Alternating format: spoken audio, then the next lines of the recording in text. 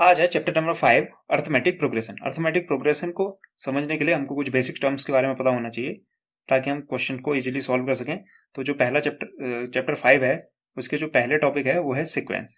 ठीक है, सीक्वेंस क्या होता है? सीक्वेंस होता है the an arrangement of number in a definite order to some rule. ठीक है, यानी आपके जो नंबर्स का अरेंजमेंट है वो किसी रूल के थ्रू क्या हो रहा होगा, कैरी आउट हो रहा होगा। तो यहाँ पे जो मैंने लिख रखे हैं नंबर वो क्या है? 1, 3, 5, 7, 9। ये नंबर क्या है? ये है ऑड नंबर। ऑड नंबर तो 1 से लेके 3 के बीच में कितने का डिफरेंस दिख रहा है? 2 का। 3 से लेके 5 के बीच में डिफरेंस दिख रहा है 2 का। यानी हर नंबर दूसरे नंबर से क्या है? 2 ज्यादा है। यहां से यहां अगर आप मूव करोगे तो ये यहां से यहाँ +2 का अंतर आ रहा है, यहां से यहाँ अगेन +2 ऐड हो गया, अगेन यहां से यहाँ +2 ऐड हो गया। यानी ये जो सीक्वेंस है इसमें एक पर्टिकुलर ऑर्डर फॉलो हो रहा है। तो इस तरह का नंबर का अरेंजमेंट क्या कहलाता है? सीक्वेंस। और इसमें जो पहला टर्म दिख रहा है, पहला जो नंबर दिख रहा है ये, जैसे 1 है, 1 को क्या कहेंगे हम? Term. Each number in the sequence is known as term. पहला नंबर पहला टर्म कहलाएगा, दूसरा नंबर दूसरा टर्म। हर नंबर क्या कहलाता है? टर्म्स कहलाते हैं। पहला नंबर पहला टर्म, दूसरा दूसरा टर्म्स, ऐसे ही so on. Common difference. Common difference क्या होता है?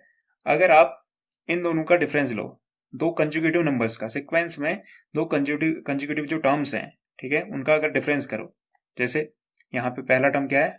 1, दूसरा टर्म है 3। तो सेकेंड टर्म में से फर्स्ट टर्म को अगर माइनस करें तो रिजल्ट कितना आएगा? 2। अगेन थर्ड में से सेकेंड को माइनस करें, थर्ड क्या है? 5, सेकेंड कितना है? 3, माइनस करने पे आया 2। अगेन फोर्थ से थर्ड को माइनस करें, यानी 7 माइनस 5, रिजल्ट आया 2। फिफ्थ से फोर्थ को करोगे, अगेन 9 माइनस 7 इक्वल टू 2। तो इसी को क्या कहते हैं? Common difference. ऐसी सिचुएशन जब हो जब किसी सीक्वेंस में, कोई सीक्वेंस क्या है? नंबर का अरेंजमेंट एक पर्टिकुलर रूल के अकॉर्डिंग। अगर किसी सीक्वेंस में आप जब कंजिक्यूटिव जो टर्म्स हैं उनका जो डिफरेंस निकालो वो क्या आ जाए? इक्वल आ जाए। यानी एक फिक्स डिस्टेंस है, डिफरेंस है दोनों के बीच में, कंजिक्यूटिव टर्म्स के बीच में। ऐसा सीक्वेंस, यही सीक्वेंस क्या कहलाता है? अर्थमेटिक प्रोग्रेशन, जिसको शॉर्ट में लिखा जाता है AP। अगेन फिर से कहता हूं, एक सीक्वेंस क्या होता है? एक सीक्वेंस होता है नंबर का अरेंजमेंट डेफिनेट ऑर्डर पे।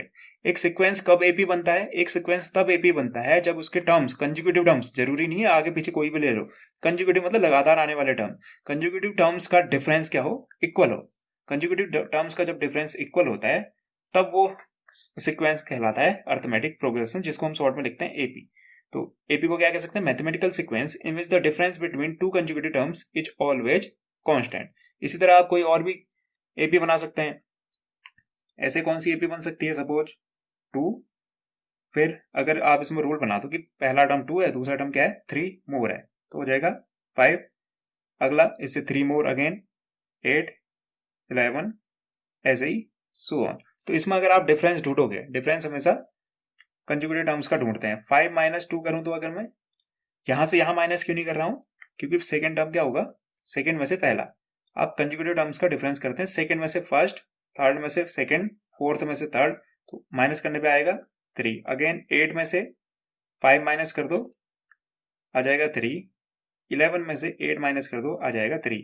और ये कंडीशन थ्रू आउट जो सीक्वेंस है उस पर चलती है। ऐसा नहीं कि 2 पे तो आ गया 3 3, अगले पे 4 आ गया ना, तब इस तरह का सीक्वेंस AP नहीं कहलाएगा। अगर आप उसका जो कॉमन डिफरेंस निकाल रहे हैं वो चेंज हो जाए, जो डिफरेंस है यानी जो डिस्टेंस है वो क्या रहेगी? फिक्स्ड रहेगी। इस तरह का जो सीक्वेंस होता है उसको कहते हैं हम अर्थमेटिक प्रोग्रेशन, जिसको हम बार बार AP के फॉर्म में डिनोट करेंगे। इसके बाद जो अगला टॉपिक है वो है कॉमन डिफरेंस के बारे में। कॉमन डिफरेंस कितने तरह के हो सकते हैं? कॉमन डिफरेंस 3 तरह के हो सकते हैं। या तो पॉजिटिव, यानी जब आप माइनस करोगे, सेकेंड में से फर्स्ट टर्म माइनस करोगे तो या तो पॉजिटिव नंबर आएगा, जैसे अभी तक आ रहा था, या तो 3 आ रहा था या 2 आ रहा था।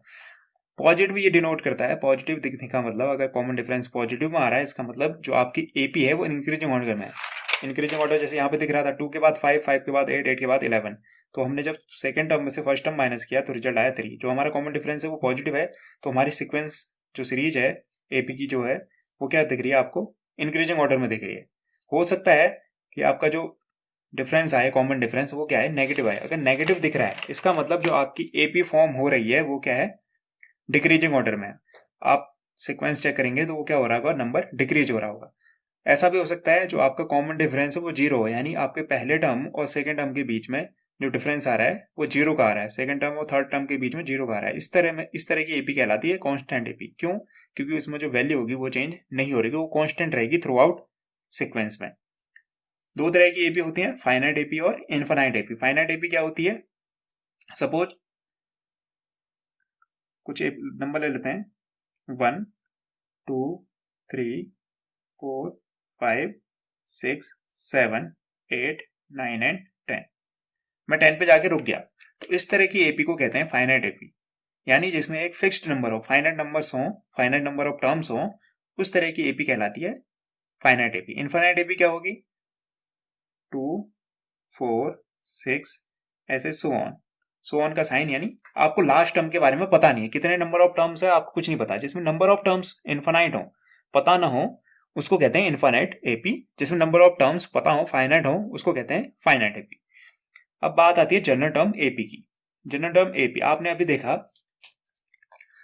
पहला टर्म कितना था इसी सीरीज में, पहला टर्म कितना है 2, और आप अगर डिफरेंस पता करें, पहला टर्म 2 है, डिफरेंस पता करेंगे, कॉमन डिफरेंस को हम किससे डिनोट करते हैं, कॉमन डिफरेंस को हम डिनोट करते हैं डी से। तो 4 माइनस 2 कितना आएगा 2, 6 माइनस 4 अगेन 2 आएगा, यानी इस सीरीज में, इस एपी में जो कॉमन डिफरेंस है वो 2 है। तो क्या मैं पहले टर्म में अगर 2 ऐड करता तो मुझे क्या रिजल्ट मिलता, 4। 4 क्या है, दूसरा टर्म, दूसरे टर्म में अगेन मैं क्या ऐड करूं, 2 ऐड करूं, तो मुझे क्या मिलेगा 6, यानी तीसरा टर्म।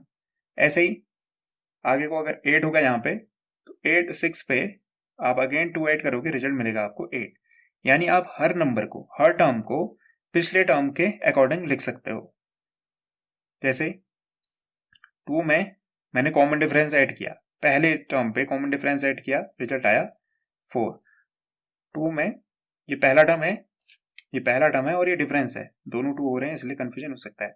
ये है पहला टर्म, पहले टर्म में आपने 2 ऐड किया, एक 2 नहीं, यहां से यहां तक एक तो ठीक है, यहां से यहां तक का कितने का डिफरेंस था 2 का, आपने वो ऐड कर दिया, फिर यहां से यहां कितने का डिफरेंस है 2 का, आपने वो 2 भी ऐड कर दिया, दो 2 ऐड कर दिए, रिजल्ट कितना आएगा 6, यानी थर्ड टर्म। ऐसे ही पहला टर्म, उसमें आपने क्या ऐड किया, पहला डिफरेंस यहां से यहां तक का पहला, फिर अगेन यहां से यहां तक का, ऐसे ही 8 तक पहुंचने के लिए एक 2 और ऐड करना पड़ेगा, ये बन जाएगा 8। क्या मैं इसको ऐसा लिख सकता हूं, 2 प्लस ये 2 क्या है 2, ठीक है, ये वैल्यू किसकी है, ये वैल्यू है डी की, कॉमन डिफरेंस डी। 2 यहाँ पे कितने 2 हैं, यहाँ पे 2 2 हैं, यानी सॉरी 2 प्लस कितने 2 हैं 2 मल्टीप्लाई बाय 2, ये वैल्यू किसकी है, ये वैल्यू है डी की, यानी डी कितनी बार जुड़ रहा है, 2 बार जुड़ रहा है, तो 2 इंटू डी कह सकते हैं, 2 डी हो रहे हैं। ऐसे ही 8 के केस में क्या लिख सकता हूँ, 2 पहला टर्म है, प्लस कितने कॉमन डिफरेंस ऐड किए, मैंने 3 कॉमन डिफरेंस ऐड किए, यानी 3 इंटू डी, यानी 3 इंटू 2, 3 इंटू 2 कितना हो जाएगा 6, 3 इंटू 2 6, 6 में 2 8। ऐसे ही यानी मैं क्या कर सकता हूं, इस टर्म्स को देख के, इनको देख के एक जनरल फॉर्म बना सकता हूं, एक जनरल टर्म की एक फॉर्म बना सकता हूं। तो उसको क्या कहते हैं, एनथ टर्म। एनथ का मतलब, अगर फर्स्ट टर्म की बात हो रही है तो एन की वैल्यू 1, अगर सेकंड टर्म की बात हो रही है एन की वैल्यू 2, थर्ड की बात हो रही है एन की वैल्यू 3। एनथ टर्म यानी जनरल फॉर्म बना रहे हो आप, वो क्या हो सकती है ए एन, जिसको डिनोट करते हैं ए एन से। ए का मतलब होता है टर्म्स, A1 मतलब पहला टर्म, A2 मतलब दूसरा टर्म, A3 मतलब तीसरा टर्म, A4 मतलब चौथा टर्म। कौन से नंबर पे आ रहा है वो वैल्यू होगी। फॉर्म क्या होती है, ए, आपको पता है ए क्या होगा, पहला टर्म, पहले टर्म को हम किससे डिनोट करते हैं ए से। जैसे यहाँ पे पहले टर्म पे क्या डिफरेंस ऐड करा था मैं, कॉमन डिफरेंस डी ऐड करा था, पहले टर्म पे अगर आप क्या ऐड कर दो, कॉमन डिफरेंस डी, यानी n माइनस 1 इंटू डी, ठीक है। A plus N minus 1 into D क्या होती है, जनरल फॉर्म होती है एन टर्म की। इसी को कभी कभी टी एन करके भी लिखा जाता है, ए एन के बदले टी एन भी लिखा हुआ मिलेगा, तो दोनों सेम ही चीज है।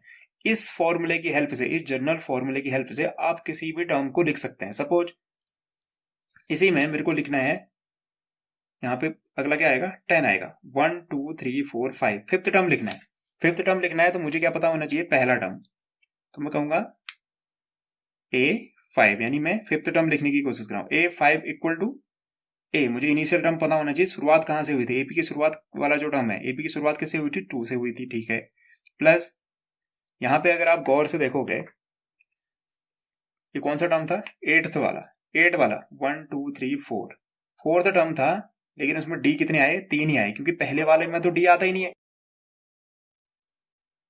तो हम A5 को क्या लिख सकते हैं, A5 को लिखा जा सकता है 2 प्लस n-1, n की जगह 5 माइनस 1 इंटू डी। 5 माइनस 1 क्यों, कि हमने देखा पहला जो टर्म था, पहला टर्म कितना था, 2 था। पहले टर्म में कितने डी हैं, इसमें कुछ भी ऐड नहीं हुआ, जो कॉमन डिफरेंस है वो ऐड ही नहीं हुआ, इसका मतलब एक डी है ही नहीं। डी कहाँ से ऐड होना शुरू करते हैं, सेकंड टर्म से। सेकंड टर्म में पहला एक डी ऐड हुआ, दूसरे टर्म में, थर्ड टर्म में 2 डी ऐड हुए, और चौथे टर्म में, फोर्थ टर्म में 3 डी ऐड हुए। यानी जिस नंबर का टर्म होगा डी उससे एक कम होता है। तो जनरल जो फॉर्म होती है उसमें ए एन इक्वल टू होता है A plus N minus 1 into D. N जितना भी होगा डी उससे एक लेस होगा, इसलिए जो फॉर्म बनेगी A5 की वो क्या बनेगी, 2 5 माइनस 1 4 डी। ठीक है, डी की वैल्यू कितनी थी, डी की वैल्यू फाइंड आउट की थी हमने, डिफरेंस कितने का आ रहा था, 2 का। अगर आप 2 लिखोगे यहाँ पे 4 2 जा 8, 8 और 2 10, और आपको दिख भी रहा है फिफ्थ नंबर का टर्म क्या है, 10 है। तो इसी से जो पहला टर्म होगा, मैंने क्या कहा, नंबरिंग के हिसाब से, ये तो एपी की क्या जनरल फॉर्म है, एपी की जनरल फॉर्म क्या होती है, ए पहले टर्म की वैल्यू होगी ए, दूसरे टर्म यानी पहला टर्म A1, दूसरा टर्म A2, तीसरा टर्म A3, चौथा टर्म A4, ऐसे so on, number of terms हैं ये। इसकी फॉर्म क्या होगी, पहले वाले टर्म की फॉर्म होगी ए।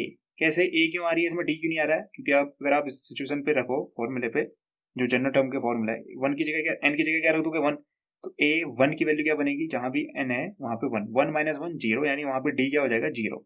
उसमें डी ऐड ही नहीं होता, पहले टर्म पे डी ऐड नहीं होता है, तो जो पहला टर्म है A1 की वैल्यू होगी ए, A2 की वैल्यू क्या होगी, ए प्लस कितने डी होंगे, ये सेकंड नंबर का टर्म है तो इसमें डी एक कम होगा, यानी 1 डी। ठीक है, A3 की वैल्यू जो थर्ड नंबर का टर्म होगा उसकी वैल्यू कितनी होगी, ए प्लस 2 डी। थर्ड नंबर का टर्म है तो इसमें डी कितने हो जाएंगे, एक कम, यानी 2 डी। फोर्थ नंबर का है तो इसमें 3 ही डी होंगे, ए प्लस 3 डी। पहला टर्म उसमें एक डी ऐड करोगे तो सेकंड टर्म बनेगा, उसी में 2 डी ऐड करोगे तो थर्ड टर्म, उसी में 3 डी ऐड करोगे तो फोर्थ टर्म। ऐसे ये पूरी जो फॉर्म होती है इसको कहते हैं जनरल फॉर्म ऑफ एपी। आप इस फॉर्म के हेल्प से किसी भी टर्म को लिख सकते हो। सपोज आपको क्या लिखना है, A9 लिखना है, यानी नाइन्थ टर्म कौन सा होगा, सपोज आप क्या लिखना चाह रहे हो, A9, नाइन्थ टर्म क्या होगा, तो नाइन्थ टर्म आप लिखना चाहो तो कैसे लिख सकते हो, नाइन्थ टर्म आएगा A, यानी जो फर्स्ट टर्म होता है, फर्स्ट टर्म में क्या ऐड होगा, 9 वाला है तो एक कम कर दो, कितने डी होंगे इसमें, 8 डी, तो ये इसका नाइन्थ टर्म होगा। ऐसे हम इस जनरल टर्म से जनरल फॉर्म क्रिएट कर सकते हैं एपी की। ये टर्म है A1 A2 A3, कौन से नंबर का टर्म है, उसकी फॉर्म क्या होगी वो ये है, A plus D, A plus 2 D, और ये इजिली याद रखा जा सकता है। ये याद रखने की जरूरत नहीं, अगर आपको ये फॉर्मूला पता है तो ऑटोमेटिकली आप ये निकाल सकते हो, A3 वैल्यू रखो, आपको 3 माइनस 1 ऑटोमेटिकली 2D मिलेगा। ठीक है, अगला जो टॉपिक है वो है sum of term in AP. AP, अगर एपी में जो टर्म है अगर हम उनका क्या करते हैं, सम करते हैं।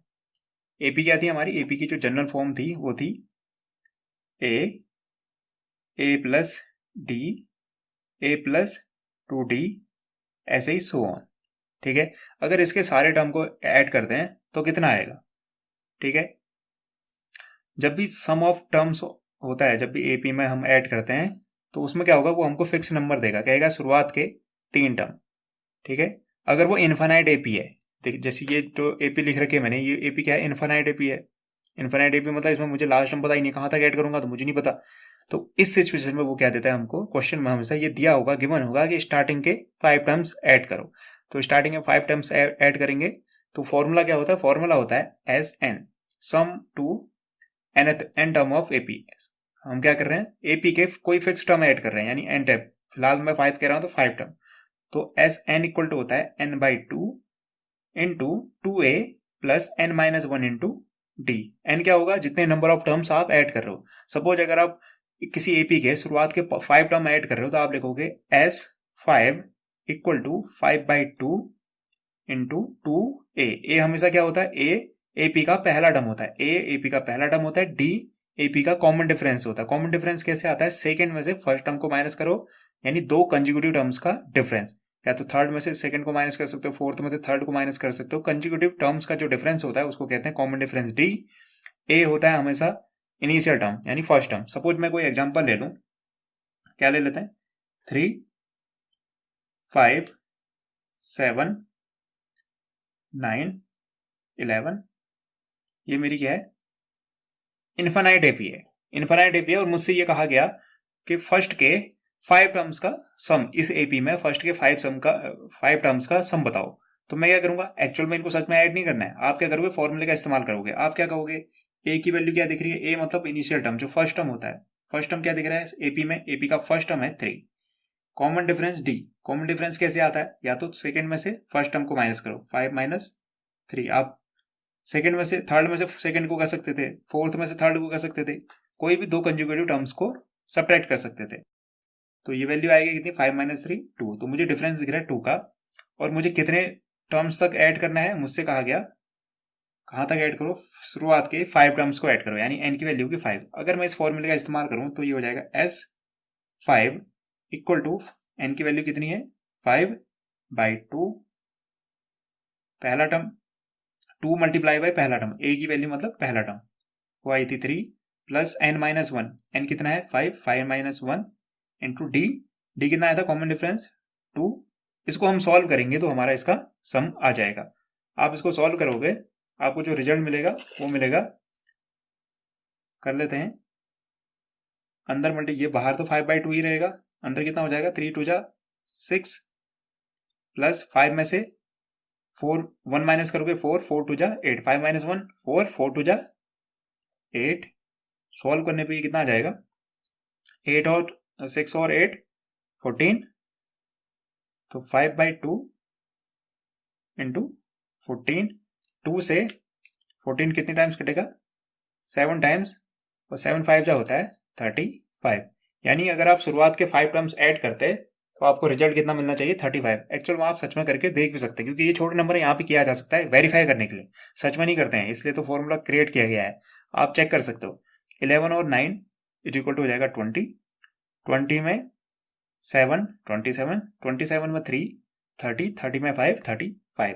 तो ये इजीएस्ट फॉर्मूला है sum of terms in AP करने के लिए, जब आपसे कहा जा रहा हो कि sum of 5 terms 10 terms n terms जब भी हमको ऐड करने हैं, चाहे वो फाइनाइट एपी हो या इनफाइनाइट एपी हो, उसमें इस फॉर्मूले का इस्तेमाल किया जा सकता है। इसी तरह का फॉर्मूला है नीचे, ये फॉर्मूला तब इस्तेमाल में ये हो जाता है जब आप क्या कर रहे हो, आपको फाइनाइट टर्म बताओ, यानी आपके पास ए तो आपको पता है ए क्या होता है, ए होता है फर्स्ट टर्म, फर्स्ट टर्म आपको पता हो किसी एपी में, और आपको क्या पता हो लास्ट टर्म पता हो, फर्स्ट टर्म और लास्ट टर्म जैसे यही है, ये इनफाइनाइट एपी भले ही हो, लेकिन मुझे ऐड कहां तक करना था, मुझे ऐड सिर्फ यहां तक करना था 5th टर्म तक। इनिशियल टर्म मेरा कितना है ए, और जो मेरा फाइनल टर्म है यानी लास्ट टर्म, मुझे ऐड तो सिर्फ 5 तक करना है ना, तो लास्ट टर्म क्या होगा मेरा इस केस में एल। भले ये इनफाइनाइट एपी हो, लेकिन मुझे ऐड करने को सिर्फ 5th टर्म तक कह रहा था, यानी मेरा 5th टर्म ही लास्ट टर्म होगा। तो इस सिचुएशन में जब आपको किसी एपी का फर्स्ट टर्म और लास्ट टर्म पता हो, तब हम कैसे निकाल सकते हैं, हम निकाल सकते हैं, फॉर्मूला होता है S N equal to n/2 into A plus L, A मतलब फर्स्ट टर्म, एल मतलब लास्ट टर्म। तो अगर आप वैल्यू रखोगे देखना सेम आएगी, कैसे, हम कितने टर्म, ये जो लास्ट वाला टर्म है ये कितने नंबर पे है 5th पे, 1 2 3 4 5, 5th टर्म पे, तो इसको लिख देंगे 5/2। ए की वैल्यू कितनी है मेरी, शुरुआत का जो टर्म है 3 प्लस लास्ट टर्म कितना है मेरा 11, तो ये हो जाएगा 5/2, 13 प्लस 11 प्लस 3 अगेन 14, सेम ये ऊपर की तरह, इसको कैंसिल आउट करेंगे 2 7 जा 7 5 जा 35। तो ये जो सेकंड फॉर्मूला है ये तब इस्तेमाल में किया जा यूज आ सकता है जब आपके पास फर्स्ट टर्म और लास्ट टर्म पता हो, फर्स्ट टर्म और लास्ट टर्म पता है तब आप इस फॉर्मूले का इस्तेमाल कर सकते हैं। अगर आपको फर्स्ट टर्म और लास्ट टर्म नहीं पता है तब हम इस फॉर्मूले का इस्तेमाल करते हैं, SN equal to n/2 into 2a plus n-1 into D.